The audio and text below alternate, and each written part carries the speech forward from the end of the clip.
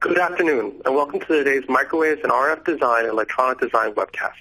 Our topic today, Development and Deployment Strategies for Xilinx RFSoC FPGA, sponsored by Pentec. I'm Carlos Gonzalez with Informa's Design, Engineering, and Sourcing Group.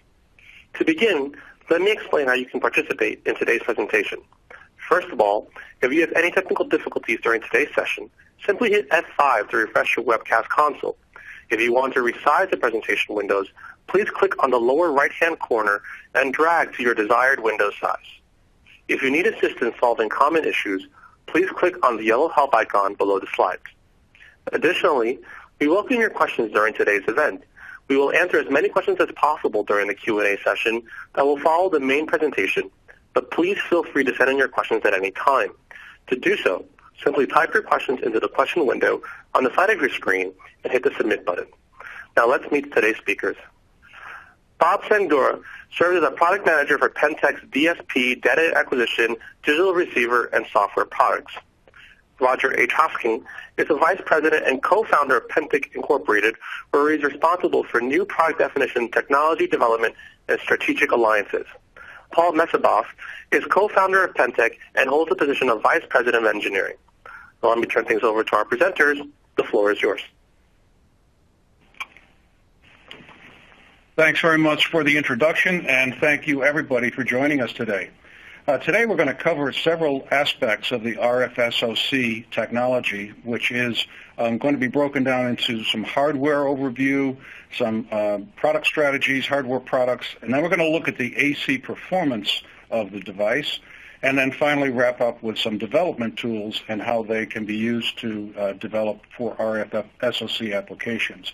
I'm Roger Hosking. I'm going to start the first part, which is the overview of the RFSoC chip itself. This is a chip that was, it's an FPGA in the Zinc UltraScale Plus family of Xilinx FPGA products that has some remarkable features. It includes 8 A to D converters and 8 D to A converters at sampling rates above 4 gigahertz each. It has a complete multi-core ARM processor subsystem, and it has, of course, the FPGA fabric in the UltraScale Plus family. It has lots of powerful high-speed I/O features like dual 100 gigabit Ethernet that we can adapt to through optical or other connections. So it's a complete chip solution to RF I/O applications. Very powerful. So what does this do to the market? Well, first of all, because if you can look at that diagram down below, you can see that what the RFSoC chip does is it replaces a whole bunch of discrete components, and it saves you about 50% in size, about 30 to 40% in power, 40 to 60% of the cost savings, and then, of course, it's much lower in latency, which has to do with how long it takes to go from the A to D to the D to A. This is very important for countermeasure applications. So what does this mean to the market? Well, it really means a lot of things are possible that weren't before. First of all, it allows you to get software-defined radio functions closer to the antenna. It gives more capabilities for unmanned aerial vehicles. You have smarter devices in smaller spaces. You have much more higher density support for phased array applications, which is extremely common, better dynamic range, and the lower latency for countermeasures we mentioned before.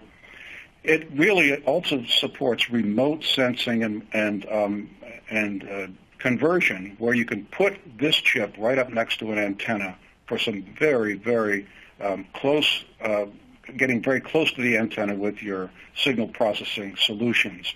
And then lastly, it opens up a lot of new applications that previously might have been physically or economically unfeasible with the discrete solutions that otherwise you'd have to use.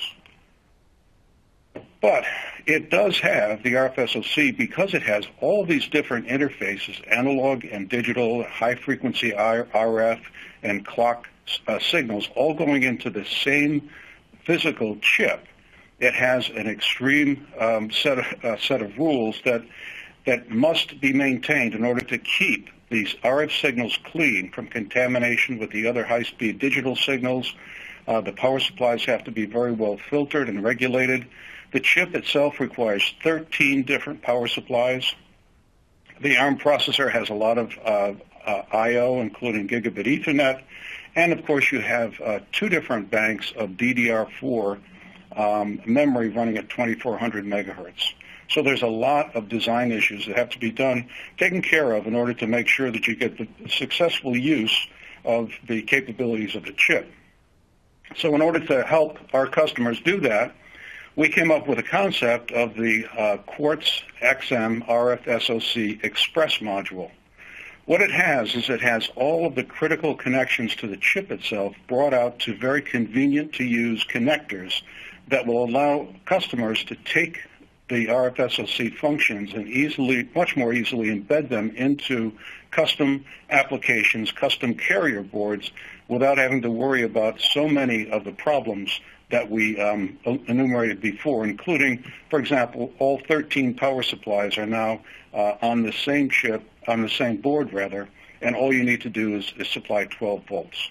High bandwidth analog connectors, high bandwidth digital connectors for the 28 gigabit serial lines, for the dual 100 gigabit Ethernet ports as well.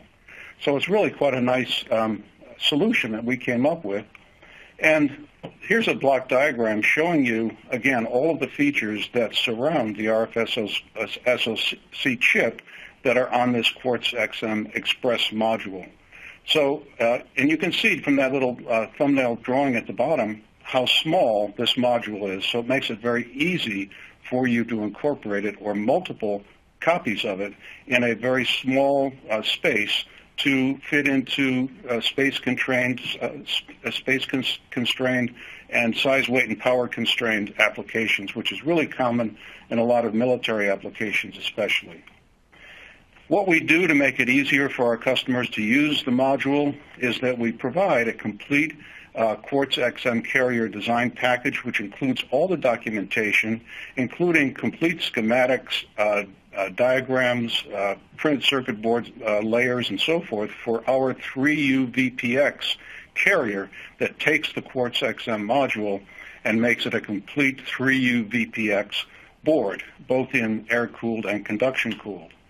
So the kit includes the definition of the Quartz XM module pins, the location, 3D models, thermal models, and so forth, along with software and operating system and instructions for how to get all this working. And we also do a design review of your custom design to help you make sure that you catch all the little things that could happen in your design, because we've been through it before and we're kind of experts in it. An example of what you might do with this, for example, is to take 8 of the Quartz XM modules and put them on a single printed circuit board to implement a 64-channel phased array planar antenna system, where you can make rather direct connections from the antenna elements through some RF circuitry directly into each of these 8-channel Quartz XM modules to give a very compact, very powerful solution for these kinds of applications. And yet there are many other applications like unmanned vehicles, missiles, airborne, landborne, airborne, all kinds of different platforms that can take advantage of the small size, weight, and power that the RFSoC module offers to the market. So that's really our story on the hardware side. What I'd like to do is to let Paul Mesboff take over and tell you how well this device really works in terms of its AC performance. Paul, I'll turn it over to you. Okay. Well, thanks everybody for attending. I did a lot of measurement over the last year of performance of RFSoC. At first, I was skeptical that we would get the performance that we seem to be getting, because you've got 8 4 gigahertz 12-bit A to Ds and 8 6.4 gigahertz 14-bit D to As jammed into a small place. I was pretty pleased when I saw the performance. These following few slides are excerpts from a much larger report that I prepared that's available from Pentec if you wanted to actually look through it and see the kind of performance that you can expect. So just a couple of charts. We've got 400 megahertz. You can sort of see every one of these spur-free dynamic range plots actually is being performed with a filter, bandpass filter, that rejects the signal generator's harmonics. So the things that you're actually seeing are the actual performance of the RFSoC, and you can sort of see that at 400 megahertz you've got spectacular performance, sort of better than 80 dB. As the frequency rises, you can expect to see a little bit of rise of harmonic distortion. Here at 900 megahertz, you're about 70 dB. That little noise hump that you see in there is actually signal generator noise, but it's shaped by the shape of the bandpass filter. This next slide is at 1200 megahertz. Again, you can sort of see the noise shape, but indeed, we're still, pretty respectable harmonic distortion here. Two-tone is really terrific. You can sort of see at these frequencies, better than 80 dB. Again, the linearity of this device is pretty spectacular, and I'm very pleased. But in addition to linearity, the noise spectral density. In fact, this slide, which says A to D noise and spurious pickup, essentially that spurious is not really pickup. That's actually calibration artifacts. Again, they're pretty far down, certainly below 80 dB. And if you look at the noise spectral density of minus 155 dBFS per hertz, that's in fact even a little bit better than what Xilinx publishes as their typical performance. So we're really doing pretty great, and ultimately what we need to be able to do to perform. We have a little bit of DAC performance here as well. What you can see here, because this is the output of a spectrum analyzer, what you can see here is the performance through a pretty wide span. If I go ahead and advance it to focus on where the second harmonic was, you can sort of see at 768 megahertz, the second harmonic was down below about 70 dB. And so that's just a brief overview of the spur-free dynamic range and noise spectral density that you get from these converters. But one of the things that enables this to happen, before we get there, I did want to actually add a little refinement to something that Roger had talked about, and that is the A to D and D to A latency. What we actually are showing here is a oscilloscope shot, which is actually presenting a pulse signal applied to the input, and then of course the output of the D to A converter. And that latency was pretty small, at 145 nanoseconds.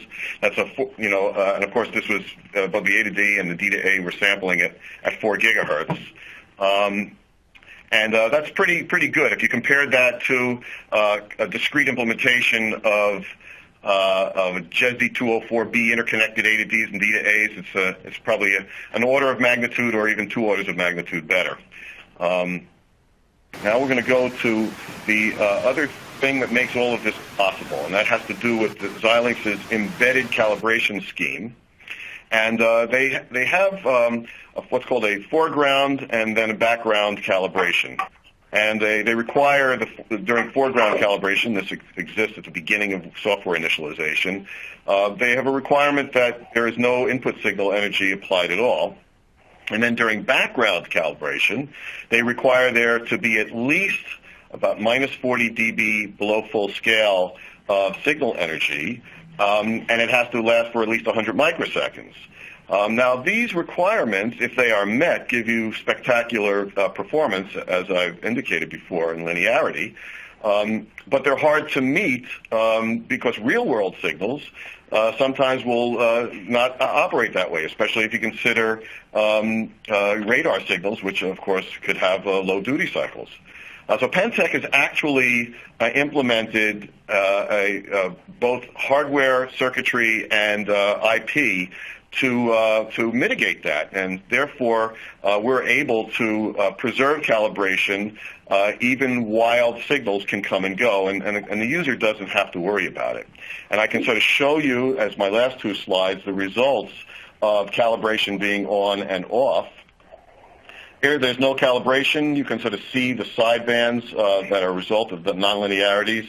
As soon as our calibration circuitry is applied, those sidebands immediately attenuate.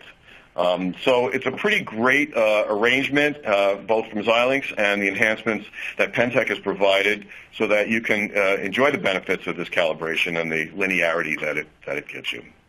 So at this point, I'm going to turn the presentation over to Bob Scandura. I'm sorry about some momentary web interconnect problems, but I think we're back online. So Bob, with no further ado, is going to talk about some development tools regime. Thanks, Paul. So this product, as well as all of our products, ships with is delivered with a complete suite of functions, and they're provided as IP inside the FPGA. And the idea is that many of our customers will take the product and just plug it in and use it. Probably more customers, 85, 90%, will actually go in and modify that FPGA code because they'll modify it for what they need in their application. But I wanted to give you a quick view of some of the built-in functions that this board ships with, because it really does encompass a lot of the things that you might need to do when you're developing. This block diagram inside the kind of the peach-colored box, which is the FPGA, are white boxes. Those are all IP cores that we have installed, we provide to you, that do a lot of these, actually all these functions. So this is a little bit of a busy slide, but if you follow through the green lines, what you see is that A to D data coming in can be routed through to, let's say, the DDR memory, where you can grab snapshots of the data, or you can route it out through the PCIe to get to, let's say, a host computer where you're recording it or looking at it. The purple lines represent a higher speed path. What that allows you to do is stream, let's say, the 4 gigahertz data straight through to the 100 gigabit Ethernet interfaces. And the whole thing with that is that you're generating a lot of data with the 4 gigahertz A to Ds. This is the fastest way to get the data off the board. There are 2 built-in 100 gigi interfaces. They're running better than 12 gigabytes per second in terms of data transfer, so you can get a lot of data off the board that way. In addition to those, inside those cores are things like the data acquisition engine, and that lets you set up triggers, it lets you set up gates, it lets you trigger off of time. There's a lot of different features built in. There are additional digital down converter cores. You can tag the data with channel and time information using our Vita 49.2 core. These are all blocks that are built into the basic functionality of the board. The second slide is the D to A direction, and I didn't animate this one, but basically we have paths. You can bring data into the board, go into the onboard memory and put waveforms in there. You can create a waveform table and then have the waveform generator IP send that out the DAC as required. You could do it with triggers. You could have multiple waveforms in there. There's another path to bring data in through the 100 gig E. And then there's also a signal generator, which can generate simple test signals, but it's also set up to do radar chirps, which is very convenient. So that way, what you can do is you can set that up and actually use this for a radar test bed or as part of your radar application. Now, there's 2 pieces to this puzzle. There's the software that is being used for creating the IP, which, again, we provide. Everything I just showed you is provided as IP blocks. So you have access to that to either modify or use as you need. And that's all VHDL source. It's complete documentation, so you really have everything you need to work with it. That works within Vivado. And then the other side of it is the Navigator board support package. These are our 2 software tools, Navigator FDK or FPGA design kit and the board support package. The BSP are all the libraries you need to access the board and control it. So these are C libraries. We provide them basically a one-to-one relationship. So every IP core that you've just seen has a software controller on the other side. And you might be running the software on a host, or because the RFSoC has an ARM processor, you might be running the software you create right within the ARM. Just to show you how the Navigator toolset works within Vivado, anybody who's using Xilinx FPGAs is familiar with the Vivado interface. What we did is we made sure that our Navigator core, or our Navigator FPGA design kit, actually comes into Vivado as a project. So what you're seeing in the slide, I hope you can see it, is the block diagram of the entire design. And the idea is you can go in there and you can use it as is. You can start replacing blocks. There are about 140 different cores that we provide as part of this. and you can modify those as needed. And the idea is very simple.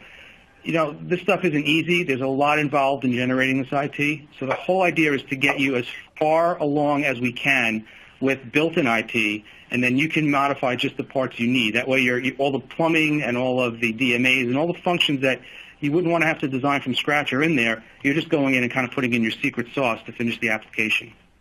So that's what I had for slides. So I guess if we want to go into questions. I think that would be a good time if Carlos has any questions that came in? Yes, we will be going to our Q&A now. A few of you have already submitted questions, so we're going to jump right in. If you'd like to submit a question, type the question into the question window on the side of your screen and hit the submit button. While we're answering questions, please complete the feedback form, which is located on the bottom of your screen. We apologize for the technical difficulties we experienced during today's webinar. Please remember that the slides are available for download in the resource area. Our first question: can the RFSoC generate and receive radar pulses? Yes, the answer is it can, and in fact, the whole idea of having both the A to D and the D to A converter gives it that full in and out capability with bandwidths capable of being close to 1.5 or 1.6 gigahertz. So you can build a receive-transmit radar system with extremely wide bandwidths, and you get 8 channels of transmit-receive in a single RFSoC chip, which then, of course, also occupies a very small space, as we saw with the Quartz XM module. Thank you. Our next question is, how do I get all of that ADC data off the RFSoC chip? I can take this one. There's 2 ways of getting it off the chip. We have a 8x PCI Express Gen 3 interface, and that would give you perhaps a sustained data rate of a little bit over 6 gigabytes per second, and that's nowhere near what you would need. What Bob had actually mentioned a few minutes ago is that we have 2 100 gig Ethernet interfaces, and that would give you an aggregate of almost 24 gigabytes per second, and that's probably the best way to get data off of the chip. Interestingly enough, we've got 64 gigabytes per second worth of data being produced by those 8 12-bit A to Ds. So really, it's a challenge to move all the data on and off. And for those systems, such as radars that have duty cycles that are less than 100%, then you're going to use. That's the way you can capture snapshots of data at the full rate internally, and we're capturing that into the block RAM inside the RFSoC FPGA fabric. Thank you. Our next question is, can Pentec supply a development chassis for the RFSoC products? Yeah, I'll take it. Sure. We do. We actually have a very simple, low-cost chassis that provides power to the board. So you put the board in there, it provides power and cooling. Because the ARM processor is built in, you really are doing a lot of your debugging right on the RFSoC itself. So what you end up doing is just connecting a notebook computer to it, and you have the tools installed there. And you have this development chassis. It's our model 8257, and that's the development chassis for RFSoC. How much power does the RFSoC draw? That's a great question.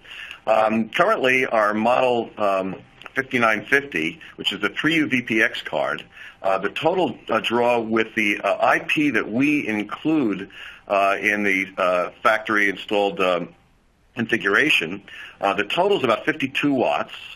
The RFSoC module itself is about 41 watts, and the RFSoC chip contribution to that is 28 watts. And that's with all the A to Ds running. And that's with all the A to Ds running, the D to As running. It's certainly power hungry, but we have sufficient power generation capability on the board and pretty terrific thermal management techniques.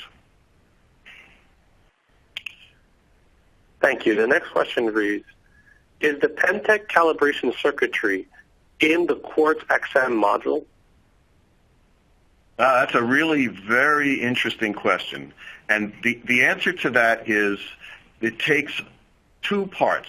It takes some hardware circuitry, and that hardware circuitry is not in the the Quartz XM module. It's on the carrier for it.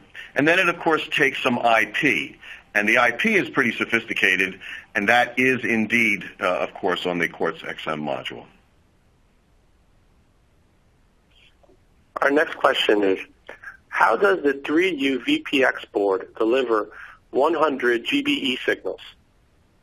Well, the way we have that connected is by using one of the VPX standards, Open VPX standards, which is called VITA 66.4, which gives you optical lanes that come out through optical to electrical transceivers on our 5950 carrier board, so that we are engaging with blind-made optical connectors.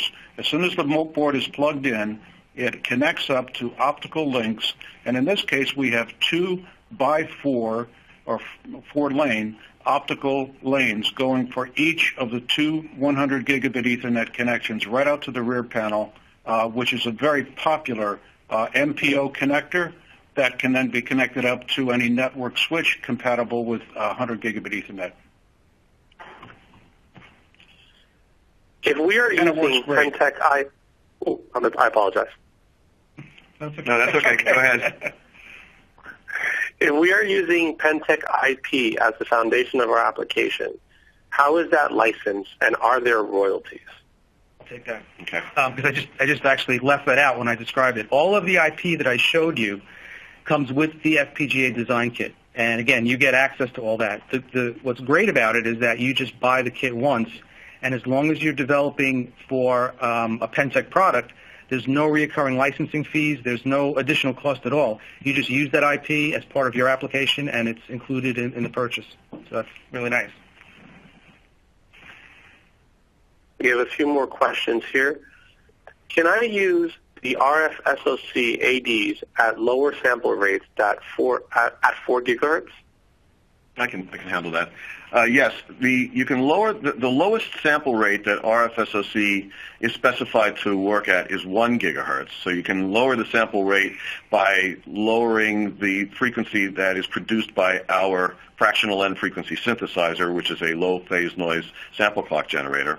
But you can't lower it below 1 gigahertz. However, we do include extra stages of digital decimation, and that, of course, can provide a filtered output of a reduced sample rate.